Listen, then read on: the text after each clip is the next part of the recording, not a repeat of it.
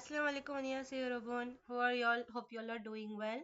Welcome to my channel Dreamer SK Queen, and this is my first video on GKS requirement GKS scholarship. With all your requests, I'm going to post videos on GKS. Uh, my name is Sabreen Fatima. I am from India.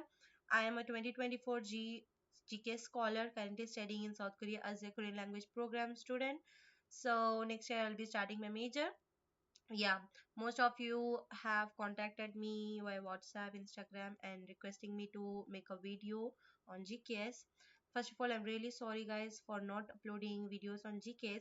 Actually, I've already created this content, but because of my health issues and some other personal reasons, I couldn't make videos on GKS. I'm really sorry about that, but yeah, we still have time. So I'm going to share my own experiences, whatever I have experience, whatever I know about GKS scholarship, because I have been trying to apply for scholarship from 2021 for the GK scholarship. So somewhat I know about GK scholarship, so I'll be sharing my own experiences. Okay, without wasting our time, let's get started. Before I make videos on other stuffs, I would like to make video on what is GKS and what are its requirements, because most of the people who still don't know what is GKS. So let's get started. First, let's see what is GKS. Okay, what is GKS? GKS is nothing but a global Korea scholarship, which is a fully funded scholarship program from Korean government that allows international students to study in South Korea at both levels, undergraduate and graduate levels. So for graduate levels, the application will start in next month, like every year, February, in the month of February. It may be mid-February or end of February. For undergraduate people, for every year, the application starts in the month of September. So yeah, now I'll be showing in this video about graduate levels. Okay, so to apply for this scholarship, you have two ways. One is embassy track, another one is university track.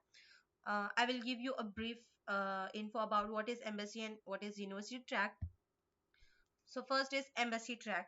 Embassy track is nothing but you apply your scholarship, your application, you submit your documents to the embassy first, the Korean embassy in your home country.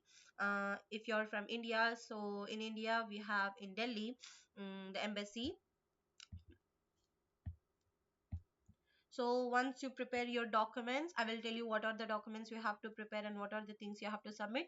So once you're prepared with your documents, you have to submit to the embassy, South Korean embassy in your home country.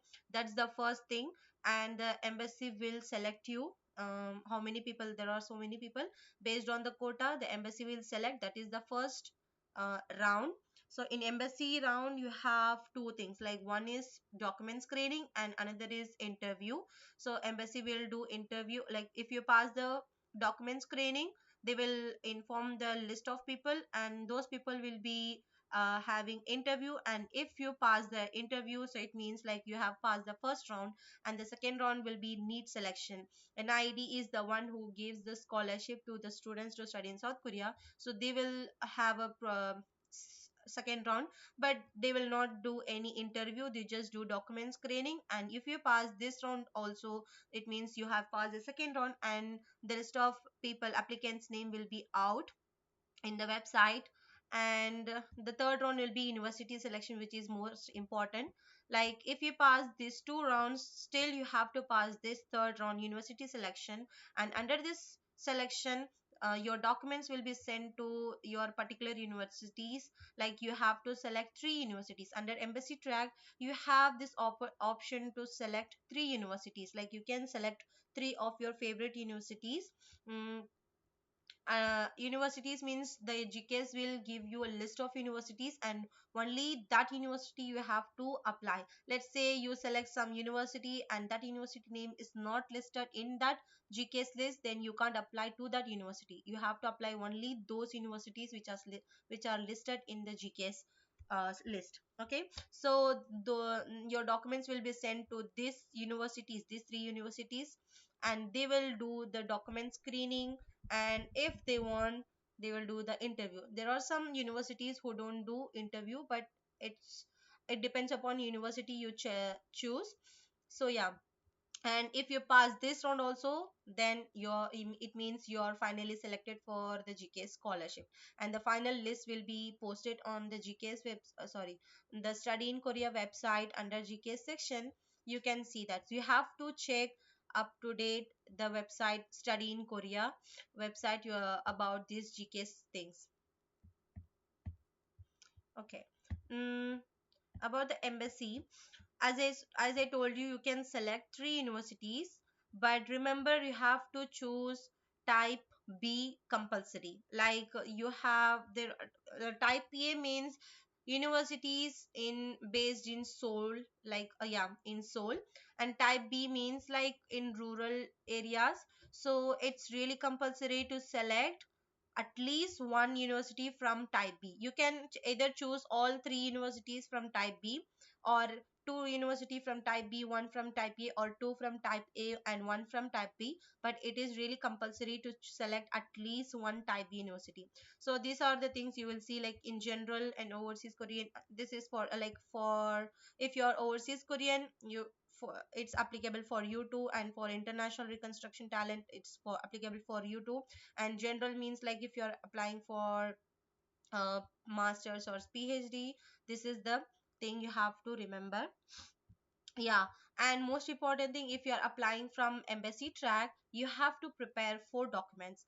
I will tell you in detail. So you have to prepare four documents as you are applying for three universities, plus you're sending your document to the embassy. So one set of document will be sent to embassy, and other three will be sent to your specified universities. Don't worry, you don't have to send anything to any university. You just have to prepare your document, all whole four sets, just send to embassy, and they will send those three documents, set of documents, to those universities. You just have to prepare that.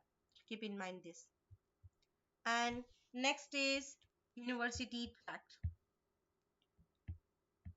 Yeah, next is university track. It's simple.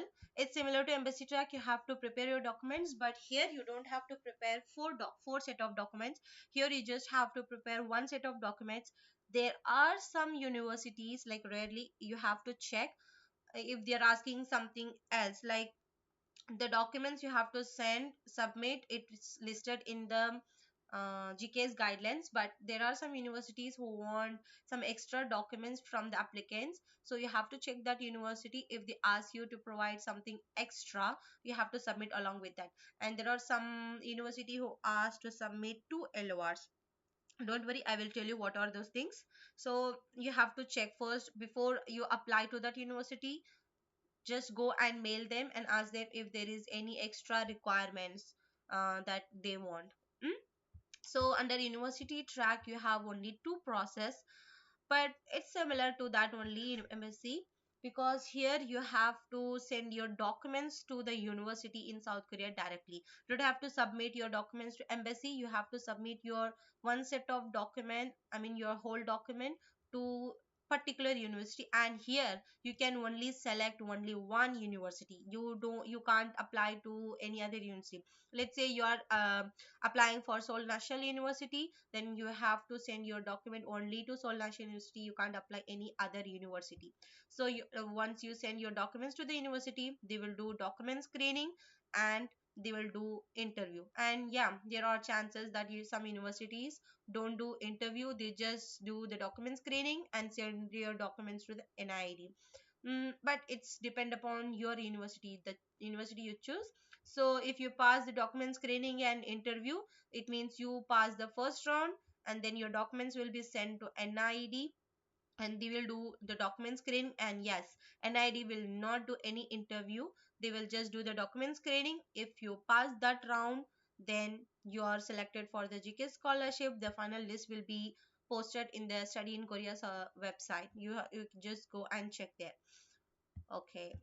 And under university track. These are the thing, and from this, I mean, to 2024 new RGKs has introduced. Actually, it's nothing but regional GKs. So if you're applying for under general, like if you want to study any of the type A universities, don't worry, in under guidelines they have given what are the type A universities, what are the type B universities.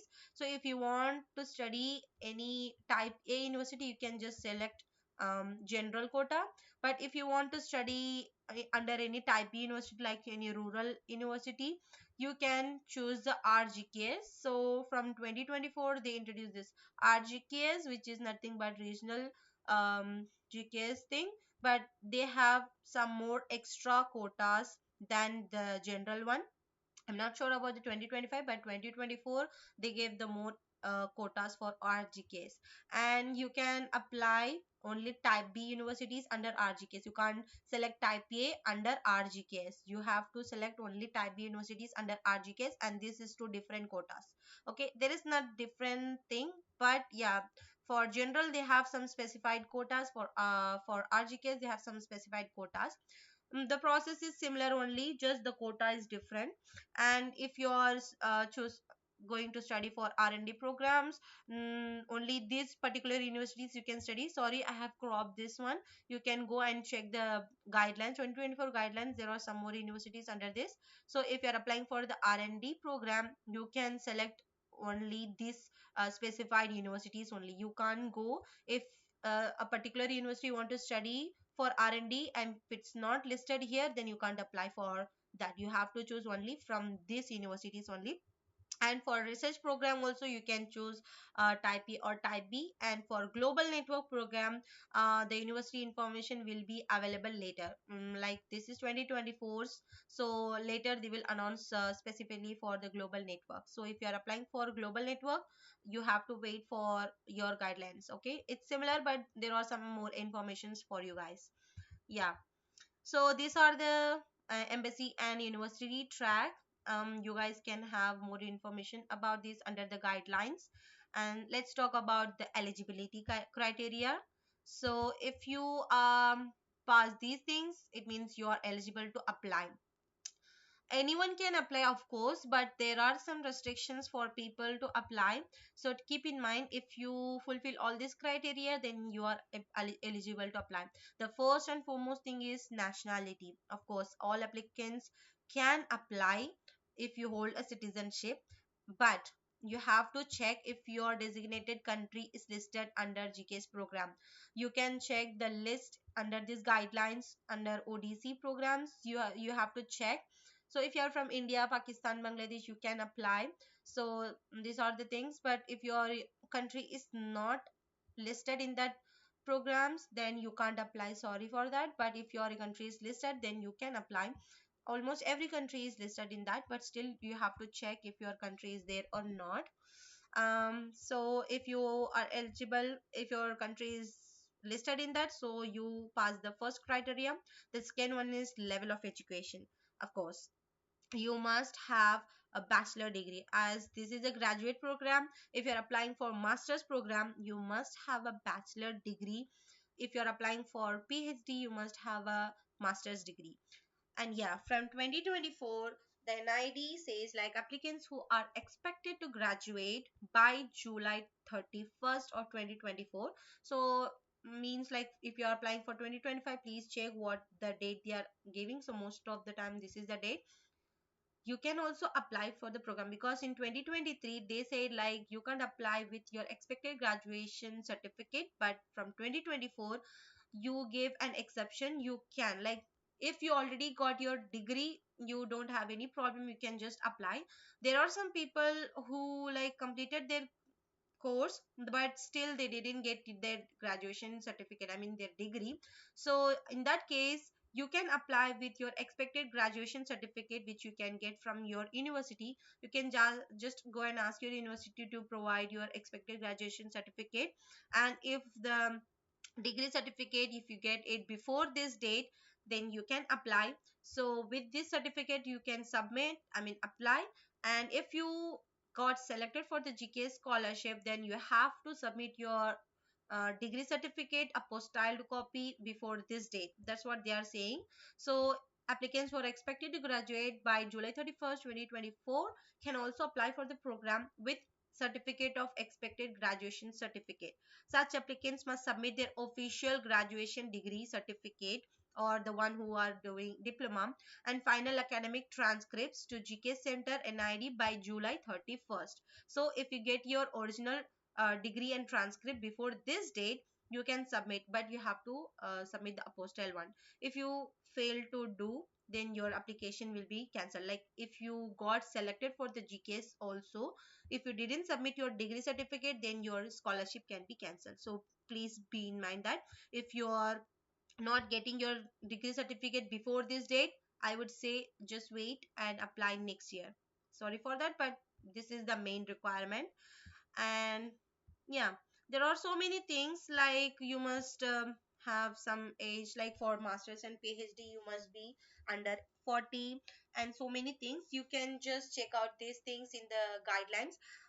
I am showing this video only the important things, so you can go and download the 2024 guidelines from the Study in Korea website. If possible, I can link that in my video. So you can just go and download and check every detail. So I will be sharing only important things in my video here. So yeah. Um, okay, these are the things to remember. It's really important to remember what is duplicate submission. It's from the guidelines. So for the embassy track candidates, if you apply for the embassy track and if you pass the first round, like you pass the document screening and you pass the interview round, then you can't apply to the university track. Like you pass the first round and you didn't pass the second round of the NID, you can't go and apply for the university track.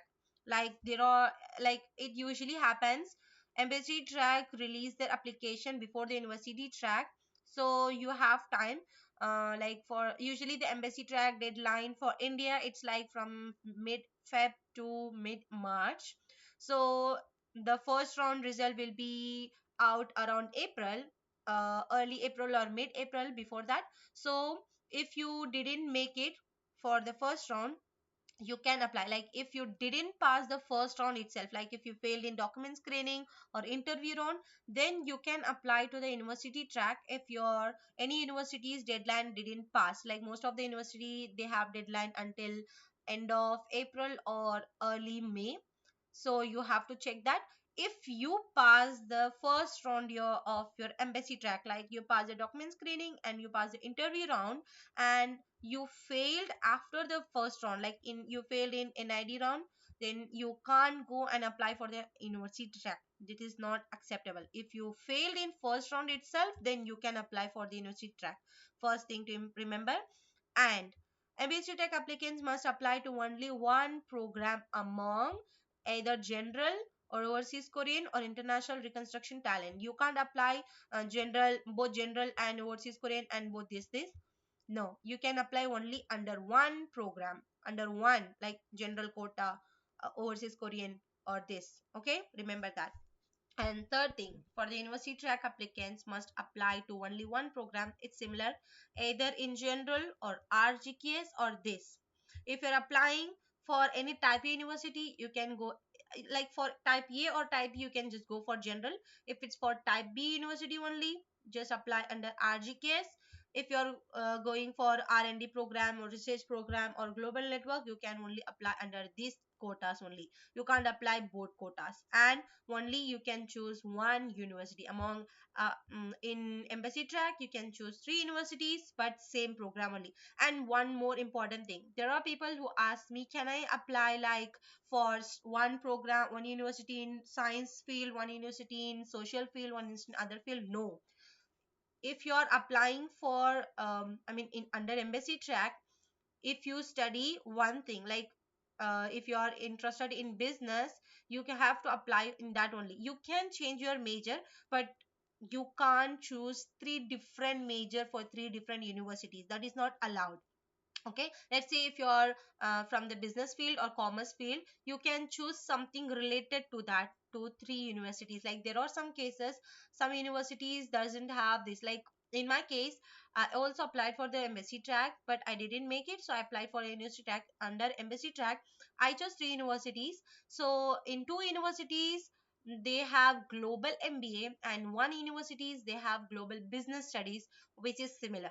Okay, you have to check their courses majors. If it's similar, then okay, this is fine. But you can't apply one in global MBA, one in something science field or something max field. No, it is not acceptable. There are some people who do this, so please do in my keep in mind this. And for university track, you have to apply only one university, one course. You can't apply, you can't duplicate it. Like of course NID definitely know if you are applied for any other university also. Of course they are the one who select the people, so definitely they will know if you applied, like if you cheated applying to universities, definitely they gonna know. So don't do that, and your application might be cancelled. You can't apply next year, so be careful about that. This is what I said, only one department per university, and duplicate submission will be disregarded in the evaluation. If you found afterwards, scholarship will be cancelled even after the evaluation is completed. There are some people who do submit their fraud documents. There are some people who do that, they fraud their documents or submit duplicate. Like they submit one application to one university and one, let's say if you select Chanam University under university track, you send the documents there also and to other university also. Obviously they're gonna know, so don't do that. Keep these things in mind. These are the important things to remember.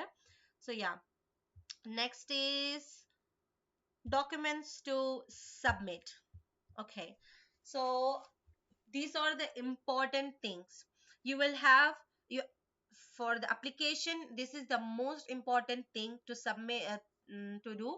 So yeah, but this gonna be long, so I was thinking about making a part 2 video of this, because there are some people who do skip the video. I don't want to do that.